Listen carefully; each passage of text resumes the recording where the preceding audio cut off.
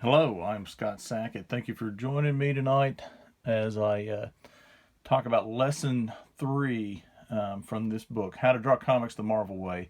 If you enjoy this video, please take a second to subscribe and ring the bell for notifications. I am walking through How to Draw Comics the Marvel Way. I did a review of it. This isn't a review. This is more a in-depth study. I'm convinced that this book, despite the age and despite the fact that it was one of the pioneer books on how to draw comics, if not the first book on how to draw comics, that it still is a valuable book. And if you learn the lessons that are hidden in this book, then I feel like you'll be well on your way to drawing comics. I don't know if Marvel still draws comics the Marvel way, but you can draw them the Marvel way. Tonight I'm going to talk about anatomy. Now, anatomy is probably one of the most important things you can know drawing comics. That is, if you send off submissions, certainly to Marvel Comics and to other publishers, more than likely they will come back. Any of the critiques they give you will be about how you draw anatomy. Now, having said that, many years ago, there was I'd say back in the dark ages of the late 90s, there was a comic book artist who caused quite a stir when he came out and said, you don't need to know anatomy to draw comics. And I believe this was Joe Madureira who said that. Now, you could argue that there certainly, over the years, have been plenty of artists who have drawn comics successfully, had very successful comic careers, and not known beans about anatomy. I'm not going to name names because some of them are some of my favorites. But I'm gonna use this book to unlock the secret. What do you need to know about anatomy? I'm going to talk about that. I'm going to talk about how you can study that and how you can learn that, and we'll see where we go from there. So, okay, so we're working our way through the book. We're currently, this is lesson 3, but I think we're actually in chapter 4. So, and right off the bat, we have this great picture of Captain America, drawn by John Buscema. Drew all the figures in the chapter headings, and I would encourage you to go through and study these, because these are good examples of how to draw a classic comic book character. And one of the things I want to point out is there's not a lot of detailed anatomy here. It's mostly mass, and that's the secret, is you have to get proportions and mass correctly, and not necessarily know all the muscles. Now, when Joe Madureira wrote that article, he talked about knowing the muscles of the arm and how you need to know certain muscles of the arm. For example, you needed those shoulders and the biceps and the forearm. You had to have a good, reasonable knowledge of the forearm. Now, I'm not going to go through all that, but I'm going to talk to you about what's in this book and where you need to go learn more additional information. So first off, this starts off with a breakdown of the figure. Now, I will say I have a quibble with this book because it says that Reed Richards here is drawn 8 3/4 heads tall. Now, what they mean when they say that, and you read that a lot in anatomy books, they're talking about the head, and they've got it broken down into measurements. Now, I would argue that a more reasonable measurement is 8 heads high. Now, 8 heads high is what you see in a lot of drawing books, a lot of figure drawing books. And the reason why is because, to me, this figure looks a little elongated. Now, what he's done here is he's elongated the legs a little bit. He's got a little more through here. He has his lower leg a little bit longer than I would draw it. And what's funny is if you see this here, and the reason why, what I'm looking at is I'm looking at the head in proportion to the mass of the rib cage. Now then, let's turn this over to here and see Captain America. See how much bigger, now obviously Captain America is beefier, but see how much bigger his rib cage is, and see how he doesn't appear as elongated. So when you're drawing the figure, what you need to remember is, so if you're drawing the heads, or you're drawing a figure. So for practice, start off and you draw like this. Now this is measures with this. Okay, so this is the halfway point. Now the halfway point is roughly your crotch of the figure. Not trying to be crude. So we're going to draw kind of a simplified figure here. So you can take this and you can break it into fourths. I'm eyeballing this, but so one head is here. We'll draw a line so it's all stays center. One head is here, and then it typically your rib cage is about this big, and then I drew his pelvis a little bit big, and there's a little bit of space there. And then I'm not going to draw his legs. I'm going to draw stick legs for now, and I'll show you why in a minute. Okay, and then I'll draw stick arms. There's the ball of his shoulder, and then his elbow. Your elbow falls at about your the end of your rib cage, usually maybe a little bit lower. And then there's that, and then your hand. Typically, your wrist is about even with your crotch. That's a pretty good rule of thumb. At least for superhero comics. So what we have here, and then your knees are typically just right up below this is the halfway point between here and there. There's not really a landmark here. There's not really one here. So that kind of gives you that. And then your feet, come down here. And when you're drawing, so that's kind of a stick figure. That kind of gets you your proportions. And I would say when you're drawing superheroes, the most important part that you can draw is that mass of the rib cage. Okay, like that. So if that's the mass of the rib cage. And one of the things that I did early on that someone corrected me, and once they corrected me, I saw it. I was leaving too much space between the pelvis and the rib cage mass, and so this is kind of the bucket of your pelvis, if you want to think about it that way. So that right there, I mean, you can look at that and see that's a pretty good base for a superhero type character, a male at least. So then if you put that's your pectoral muscles, and then you kind of come up here, and then you have your shoulder, your deltoid, which comes up here, and then I usually draw like a diamond, with this being your collarbone. It kind of comes to the pit of your neck, and then there's your sternum, which would actually go all the way down there, but there's your sternum, and then so there's your clavicle, or not your clavicle, your collarbone, and then here's your neck. And your neck is, if you're looking at this, like your rib cage is like this. It's kind of tilted forward a little bit. That's a little extreme, but your spine goes like this. Oops, like this. It comes down and then it goes back. So here's your pelvis. Make sure I'm on the camera. Here's your pelvis.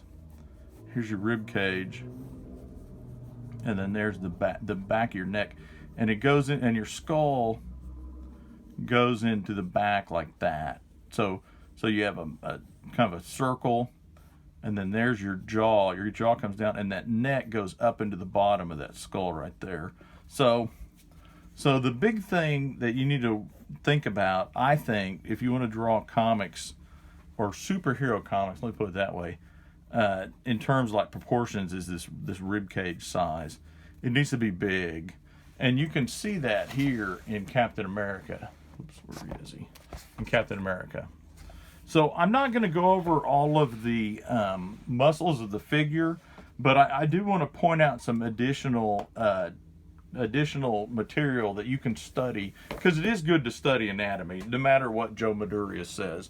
So this is a book, Bridgeman's Complete Guide to Drawing from Life. Now this is the 5th edition. I have reviewed this on my channel, so you can read that review. This is a very good edition. I have multiple copies of this book, but they've made a few tweaks to how the material's presented, and they've rescanned some of the stuff. And this goes through. The thing that I really like about Bridgeman, back in the day when, back in the early 2000s, when I would go to conventions and show people my samples, every single one of them recommended getting Bridgeman. And the reason why is because Bridgeman constructs his figures the way that you want to construct again, a traditional superhero comic book type figure. That is, he uses masses, and that's what's really important, is that idea of thinking about masses. So this is a good book. I think it's $20. If you can't swing $20, then get this book. This is now there are 5 of these different anatomy books that Bridgeman did, and they're all compiled in this. They're like reshuffled and combined. Now Bridgeman didn't really write any of these. These are all from his notes. But this one is I feel, and you can see I've gone in and drawn in mine, and I've made notes about. I have trouble with the forearms, so I've made notes about the forearm. I've colored in stuff.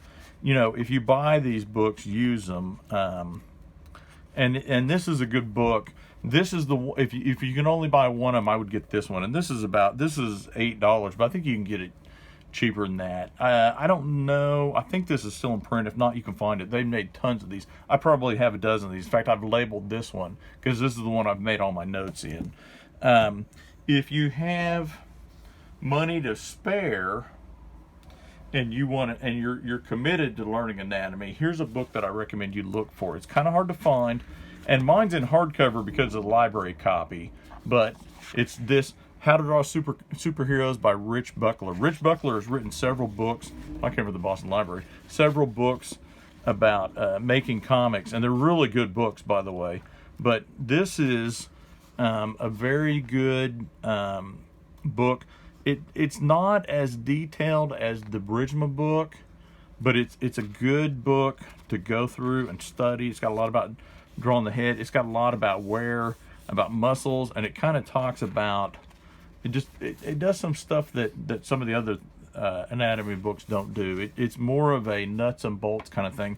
In fact, I think in here he even says, I don't know the names of all the muscles, but he knows where they're at, and he draws them. I think this was copied out of something, by the way. That looks like a Bridgeman thing right there. But this is good. I would encourage you, if you can find this. Again, this is How to Draw Superheroes by Rich Buckler. I think this came out in the 90s, maybe. 86. So, and I was lucky enough to snag a hardcover copy. Also, one last thing, if you can get it, and money is not an object, I would recommend picking this up. Or I'll show you this. This is by an artist named Ken Landgraf. Now, you probably don't recognize his name, but he was a Marvel artist for a long time. I think all through the Bronze Age. I'm not sure when he got out of Marvel, but so what this book does, and you can only get this from Ken, and I had mine spiral bound. They don't come spiral bound. He publishes these himself, and I took mine apart and had it spiral bound. But what's great about this book is it breaks down the figure. Here, I'll show you this one. This is a good example. And this is really just a bunch of hidden drawn figures, but it breaks it down into shapes. And that's really what you need to know, is those shapes. But this is and the cover says $20, but I think I paid $25, or maybe it's $20 and $5 shipping. It was fairly expensive for what it was, but I think this is a good book to study from. And I fill my sketchbook with tons of this kind of material. So anyway, so going back to How to Draw Comics the Marvel Way. So first off, well, let me go back to my notes. So first off, you practice this. Practice this shape, this rib cage shape, and you don't even have to put anything on it. You can just do this, and then look at it and say, does that look like a reasonable superhero? And I would even, like and then compare it to like this. See, and here's a good illustration. I'm kind of skipping over what they did here, but here's a good illustration where they compare a normal human. Like if you draw from an anatomy book, this may be what you end up with it. But you can see Captain America's chest is so much bigger. I really didn't start to get a good feel for drawing superheroes until I really started pushing like that mass and adding more bulk. I mean, you can see that forearm's muscular, but man, that's got so much more bulk to it, and that's what you need, and that's what you'd get out of that the Buckler book and that book by Ken Landgraf. Is both of those artists are accomplished superhero artists. In fact, Ken Landgraf worked with Rich Buckler for a while. Another artist that you can look at is Gil Kane. Now, my favorite artist is John Byrne. I'm sure I've talked about him, and he's pretty good at this. But Gil Kane, if you look for Gil Kane, his pencils, he broke the figure down into shapes when he did his pencils, and so it's great to see his pencil work or his rough work. So here's an example of exaggeration in supervillains. Now we saw the Captain America one, but this is how like a non-Marvel artist would draw Doctor Doom, and there's how a Marvel artist would draw Doctor Doom. And so you can see like his feet are spread out more. He's got a wider stance. He's got a bigger chest. There's more bulk to him, you know, and that's really what you're looking for. This isn't bad. If you saw this and didn't see this, you might think this was really good, but you want to push that with lots of bulk to the figure, certainly. And then there's some examples. Now, this is if you're drawing a not really a non-humanoid, but a non-regular proportions figure or character. So this is the Thing, and this is the Thing like broke down into shapes. Now this right here is a good example of what you need to be working on. You know, you don't have to draw. If you can draw this and it look good, you can go in and put all the details like the clothing, or in this case the rocks.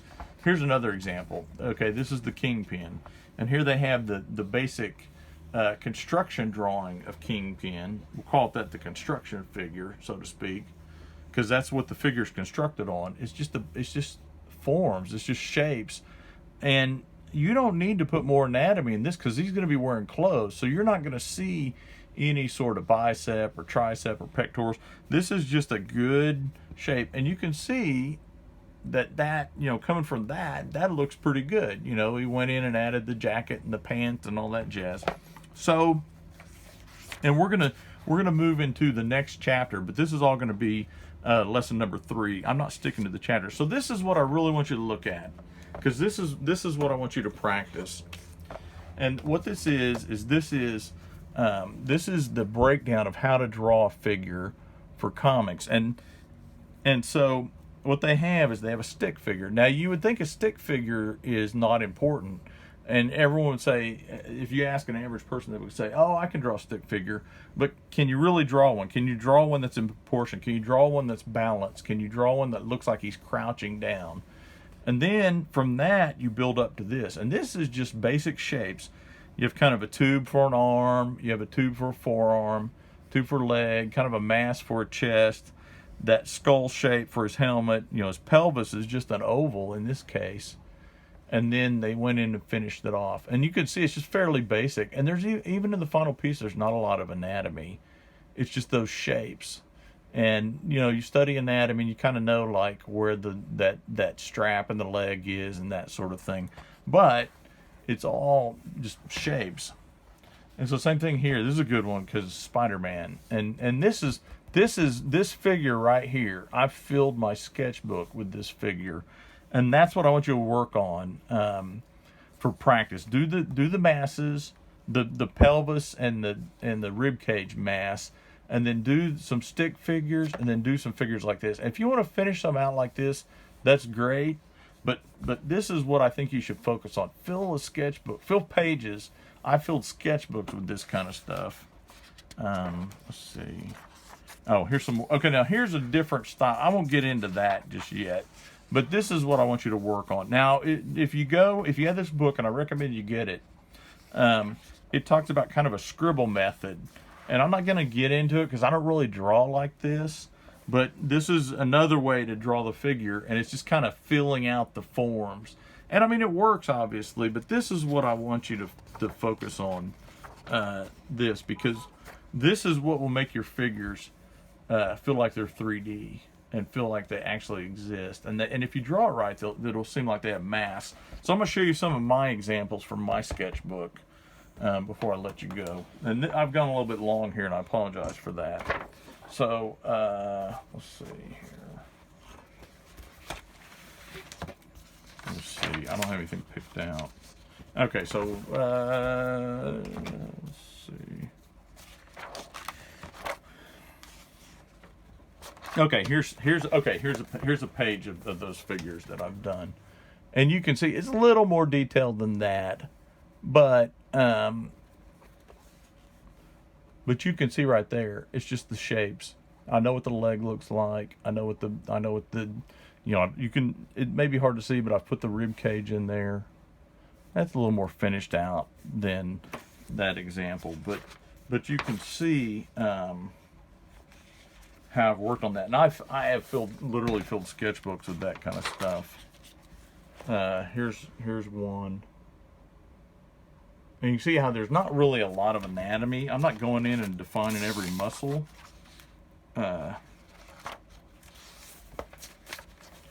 Okay, that's a good example. Just to practice that gesture. This isn't even as detailed as that one, but I was just trying to push that stretch. There was a great article in Wizard where Jim Lee was talking about making dynamic figures, and his thing was all the points, and he labeled them in his drawings, but all the points, he spread them out as far as he could when he drew figures. So he wouldn't draw like this. He would move that leg back a little bit to really get as much distance in between all that stuff to make the figure look as dynamic as possible. But anyway, okay, that's anatomy. We're going to talk more about anatomy in upcoming episodes of How to Draw Comics the Marvel Way. In the meantime, I hope you'll get some practice in. I'll do a homework video in a couple days, and I hope that you're sticking with this. I hope that you're checking out some of the reference material and stuff, and I hope you're learning out of this. Leave any comments or questions below, and if you haven't subscribed yet, please take a second to subscribe. Thank you very much for joining me. Have a good evening. Good night.